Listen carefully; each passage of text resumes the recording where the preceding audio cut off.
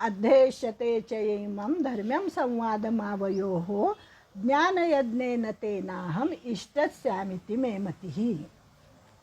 की गीता म्हणजे श्रीकृष्णार्जुनांचा धर्ममय असा संवाद आहे आणि त्यामुळे त्याचे फळ इष्टच असणार हे उघड आहे. गीतेचे अध्ययन म्हणजे ज्ञानरूपी अज्ञाने ईश्वराचे पूजन होय. म्हणून गीता वाचणं कधीही सोडायची नाही. आतापर्यंत आपण वाचली, आता आपण शिकणार. आता मला तुम्हाला हे पण सांगायचं होतं की मी संथावर्ग पण घ्यायला सुरुवात केलेली आहे. ऑनलाईनच संथावर्ग घेते. तर ज्यांना कोणाला गीता वाचता येत नसेल तर त्यांना जर शिकायची असेल तर त्यांनी मला फोन करा. आपण ऑनलाईनच गीता संथा पण मी देते आता. तर इथे आलं म्हणून मला एकदम आठवलं की दर गुरुवारी 3:30 वाजता असा मी गीता वर्ग घ्यायला सुरुवात केलेली आहे. तर त्यांनी असं सांगितलं आहे की गीता नेहमी वाचावी, निदान रोज एक अध्याय तरी वाचावा. आतापर्यंत आपण शिकलो नसेल तर शिकायला सुरुवात करावी. शिकल्यानंतर त्याच्या अर्थाकडे जावं, त्याचा अर्थ वाचावा. आपलं अंतःकरण आपोआप शुद्ध होत जातं. आपल्यामध्ये भक्तीचा उदय होत जातो. आपलं कर्म हळूहळू निष्काम होत जातं. ह्या गोष्टी हळूहळू घडतात. आपल्याला जरी त्या कळत नसतील तरी त्याचा नकळतपणे आपल्यावर परिणाम होत असतो.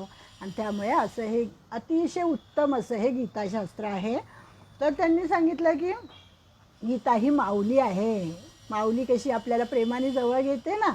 बाबा तरी एखाद्या वेळेस रागवतील, पण आई कितीही राग आला, कितीही काही झालं तर ते कितीही आपल्या हातून चूक घडली तर आई मात्र प्रेमाने जवळच घेते. म्हणून तिला माऊली म्हटलेलं आहे गीतेला. आणि तिला डावे उजवे कोणीच नाही आहे की हा अभ्यास करतो म्हणून हा मोठा, किंवा हा नुसतंच वाचन करतो म्हणून हा लहान, असं अजिबात नाही आहे. तर प्रत्येकीला गीता माऊली आहे की नसे जाणे तान्हे. तिच्यासाठी तान्हं आणि मोठं आणि असं काहीही नाही आहे. ती सगळ्यांना सारख्याच प्रेमाने जवळ घेते म्हणून तिला माऊली म्हटलेलं आहे, गीता माऊली म्हटलेलं आहे. आणि गीतेचा जो वक्ताही नाही. आता ठीक आहे, मला काही सांगता येत नाही चांगलं, मग मला अध्ययनाचेही माझ्यामध्ये सामर्थ्य नाही आहे. मग जो श्रद्धावंत श्रोता आहे, फक्त श्रद्धा ठेवा त्या गीतेवर. जरी तुम्हाला वाचता आली नाही, वाचण्याचा प्रयत्न तर करायलाच पाहिजे, पण समजा नाही आली तर त्याचं फळसुद्धा भगवंत आता 71व्या श्लोकामध्ये सांगतात. श्रद्धावान नसूयश्च शृणुयादपि यो नरः सोपी मुक्त शुभालोकान प्राप्नुयात पुण्यकर्मणाम. की जो पुरुष श्रद्धायुक्त अंतःकरणाने, श्रद्धा पाहिजे फक्त मनामध्ये, दोषदृष्टी नको, आणि ते सगळं सोडून केवळ गीताशास्त्राचं श्रवण करील. श्रवण तर आपण करूच शकतो, कारण आपल्या कानाला काही झाकण नाही आहे की कान झाकून घेतले. आपल्या कानावर जरी गीतेचे शब्द पडले तरीसुद्धा त्याचा काय परिणाम होतो हे या श्लोकात सांगितलेलं आहे. की केवळ श्रवण जरी केलं तरी तो सुद्धा पापमुक्त होतो आणि पुण्यकर्मे करणाऱ्यांच्या श्रेष्ठ लोकाला प्राप्त होतो. मृत्यूनंतर आपल्याला लोक मिळत असतात, त्या कर्माप्रमाणे त्या लोकाला आपण जात असतो. तर श्रेष्ठ लोकाला आपण जाऊन मिळतो असं सांगितलेलं आहे. म्हणजे गीतेचा गजर जेथे कानरूपी महाद्वारात होतो तेथे सृष्टीच्या आरंभापासून ऐकणाऱ्याचे पाप जाते, समूळ पाप नष्ट होतं. आणि हे सगळं मागील 3 श्लोकांमध्ये भगवंतांनी सांगितलेलं आहे. एक तर वक्त्याचं फल सांगितलेलं आहे की जो वक्ता आहे, जो गीता सांगतो, तो मला किती आवडतो, मनापासून आवडतो, त्याला मी अंतःकरणात ठेवतो. त्यानंतर जे अध्ययन करतात त्यांचं फल सांगितलेलं आहे. आणि जे श्रोते आहेत, जे फक्त ऐकतात, त्यांचंही फल सांगितलेलं आहे. म्हणजे गीतेचा वक्ता हा ज्ञाननिष्ठ आहे, जो अभ्यास करतो तो भक्तिनिष्ठ आहे, आणि जो श्रोता आहे तो कर्मनिष्ठ आहे. अशा प्रकारे वर्गीकरण त्यांनी केलेलं आहे. आणि अतिशय सुंदर आमच्या अनघाताई आम्हाला नेहमी सांगायच्या की त्या जेव्हा वारीला जायच्या म्हणे तेव्हा त्यांच्याबरोबर एक विठोबा म्हणून एक मुलगा होता म्हणे. असा काय 20-25 वर्षाचा असेल, अशिक्षित होता, खेड्यातला होता, शिकलेला नव्हता, त्याला गीता वाचता येत नव्हती, पण त्याचं त्या गीतेवर इतकं प्रेम होतं आणि वारकऱ्यांसोबत वारी करायचा आणि ते गीतेचं पुस्तक हातामध्ये घ्यायचा आणि सतत वाचत असायचा. मग एकदा दोनदा कोणीतरी त्याला विचारलं की असं अगदी बोट फिरवून वाचायचा, तर ते म्हणे की तुला तर वाचता येत नाही, मग तू हे गीतेचं पुस्तक हातात घेऊन काय असं अशी बोटं फिरवतो. म्हणे मी काय करतो, म्हणे माझी इतकी श्रद्धा आहे गीतेवर की तो प्रत्येक शब्दावर बोट ठेवायचा आणि गीता गीता गीता गीता गीता गीता गीता गीता गीता गीता गीता अशा प्रकारे गीतेचा उच्चार तो करायचा. म्हणजे या श्लोकात जे सांगितलेलं आहे ते किती खरं आहे म्हणून मला आठवलं ते, की अध्ययन करणारा असो, वक्ता असो, किंवा ज्याची केवळ श्रद्धा आहे, जो फक्त ऐकतो, त्यालासुद्धा उत्तम असं फळ प्राप्त होतं. त्याच्यानंतर आता आपण अंतिम टप्प्यात आलेलो आहोत. अर्जुनाला आता भगवंतांनी निर्वाणीचं विचारलेलं आहे की बाबा तुला पटलं का हे गीताशास्त्र. तो जो आहे तो श्लोक आहे 72वा श्लोक, की अर्जुनाचा मोह नष्ट झाला का. तो जे स्वधर्मासाठी त्याचा मोह नष्ट व्हावा हेच भगवंताचं उद्दिष्ट होतं ना, की त्यांनी युद्ध करायला उभं राहावं, हेच भगवंताचं ध्येय होतं आणि म्हणून गीता सांगितलेली आहे. मग भगवंतानी आता त्याला प्रश्न विचारलेला आहे, तो आहे 72वा श्लोक. कच्चिदेत श्रुतं पार्थ त्वयैकाग्रेण चेतसा कच्चिदज्ञानसम्मोह प्रनष्टस्ते धनंजय. धनंजय म्हटलेलं आहे इथे अर्जुनाला, आणि ते म्हणतात की हे पार्था, हे धनंजया, हे माझे वचन तू एकाग्र चित्ताने ऐकलेस का. आतापर्यंत जे काय मी तुला सांगितलं ते तू मनापासून ऐकलं का, आणि तुझा अज्ञानाने उत्पन्न झालेला मोह नष्ट झाला का, असा प्रश्न विचारलेला आहे. आता अर्थातच अर्जुनाचा मोह गेलाच होता, आणि अर्जुनाचा मोह जाणं हे स्वाभाविकच होतं, कारण वक्ता कोण होता, परमपिता या जगन्नियंता भगवान श्रीकृष्ण हा वक्ता होता. त्यामुळे त्यांनी असं सांगितलं आहे साक्षात भगवंत वक्ता होता, मग त्याच्याकडे दोष कुठलेच नव्हते. सर्वसाधारणपणे जो वक्ता असतो त्याच्यामध्ये 4 प्रकारचे दोष असतात.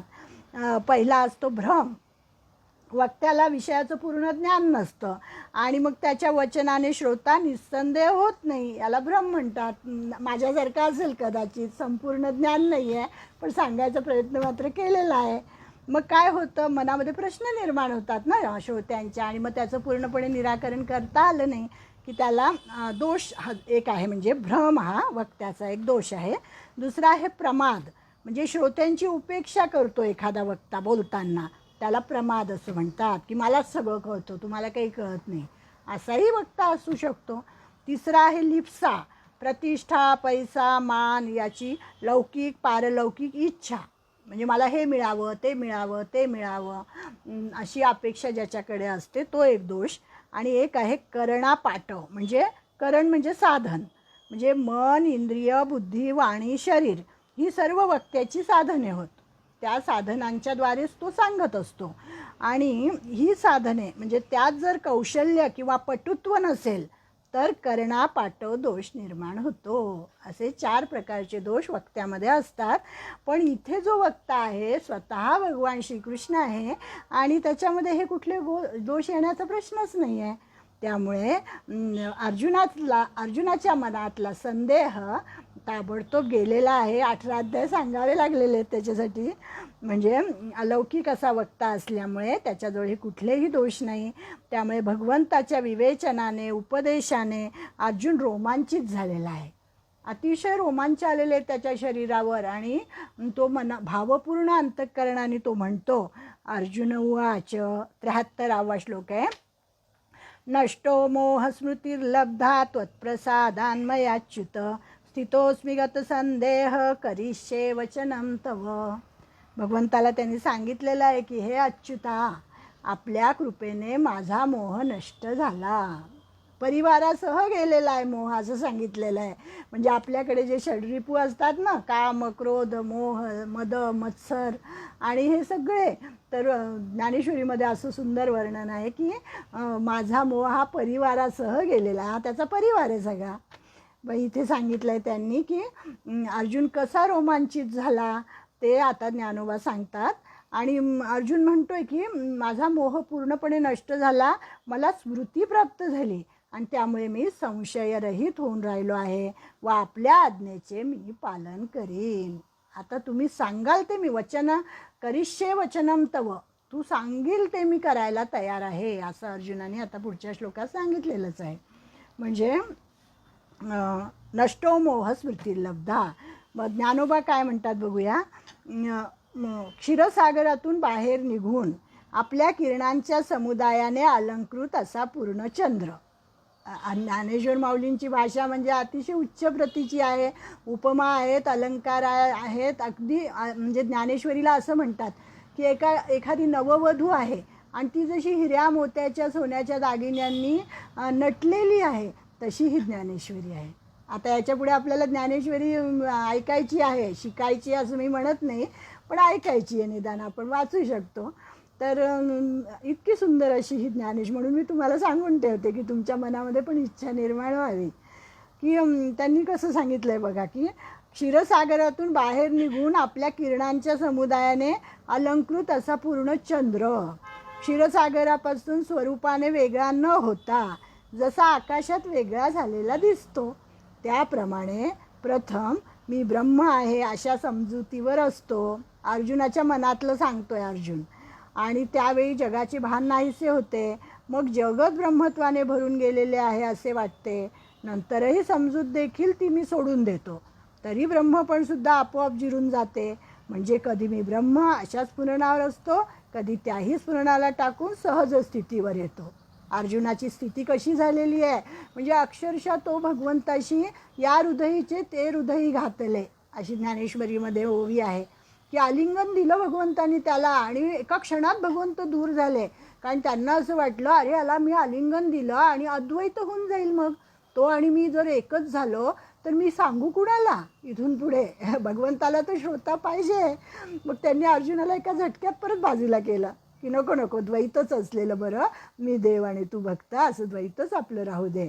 म्हणून तो सांगतोय की कधी माझी अशी स्थिती होते, कधी माझी अशी स्थिती, आणि याप्रमाणे केव्हा मी ब्रह्म हे स्फुरण टाकीत नाही, केव्हा मी ब्रह्म हे स्फुरण घेतो. तो देहाच्या हद्दीवर मी अर्जुन या नावाने मोठ्या दुःखाने उभा राहिला. की मग भगवंतानी जेव्हा त्याला दूर केलं तेव्हा मी अर्जुन आहे ह्या देहस्थितीवर तो आला. आणि मग थरथर कापणाऱ्या तळहातांनी रोमांच उभे राहिलेले दाबून, सर्व अंगावर घाम आलेला होता, घर्मबिंदू साचलेले होते. आता आपल्या डोळ्यापुढे अर्जुनाचं चित्र यायला पाहिजे. आणि मग प्राणक्षोभाने म्हणजे श्वासोच्छवास त्याचा अव्यवस्थित झालेला होता. की एखादी गोष्ट जर अतिशय भावना उचंबळून आल्या की आपलं कसं होतं तसं झालेलं होतं. आणि डोलणाऱ्या अंगाचाच आधार देऊन तो असा शांत उभा राहिला. खरं तर तो असं गरगरत होतो त्याला, पण तरीसुद्धा तकवा धरला त्यांनी आणि चलनवलनाला, हालचालीला विसरून अर्जुन स्तब्ध उभा राहिला. भगवंताला उत्तर द्यायचं होतं त्याला. भगवंताने विचारलेलं होतं की अरे काय तुझा मोह गेला का. मग दोन डोळ्यांच्या कडातून आनंदाश्रू वाहत होते, अमृताचे लोटच जणू वाहत होते. आणि त्यांना आवरून नाना प्रकारच्या उत्कंठेच्या गर्दीने गळ्यात बांध बसला होता. म्हणजे त्याचा कंठ दाटून आला होता. कसं वर्णन केलं आहे. आम्हाला प्रश्न होता गीतेमध्ये की जेव्हा अर्जुनाचा मोह गेला, भगवंतानी त्याला प्रश्न विचारला, तेव्हा त्याची अवस्था कशी झाली ते सांगा. तर हे ज्ञानेश्वरीमध्ये सुंदर वर्णन आहे की त्या उत्कंठांची गर्दी हृदयामध्ये दाबून वाचा विस्कळीत झाली होती. ती प्राणाने सावरून क्रमरहित श्वासोच्छवास जागच्या जागी व्यवस्थित करून अर्जुनाने उत्तर दिलं भगवंताला. अर्जुनाचा मोह गेला. काय उत्तर दिलं त्यांनी. नष्टो मोह स्मृतिर्लब्धा त्वत्प्रसादान मयाच्युत. अच्युता, तुझ्या प्रसादाने माझा मोह नष्ट झालेला आहे आणि त्याची कर्तव्याची स्मृती पण जागली. स्थितोस्मी गत संदेह करिष्ये वचनम तव. पुढे येईल म्हटलं मी, पण हा श्लोक येतो की करिष्ये वचनम तव. स्थितोस्मी गत संदेह, माझा सगळा संदेह नष्ट झालेला आहे आणि आता तू जे सांगशील ते मी करायला तयार आहे.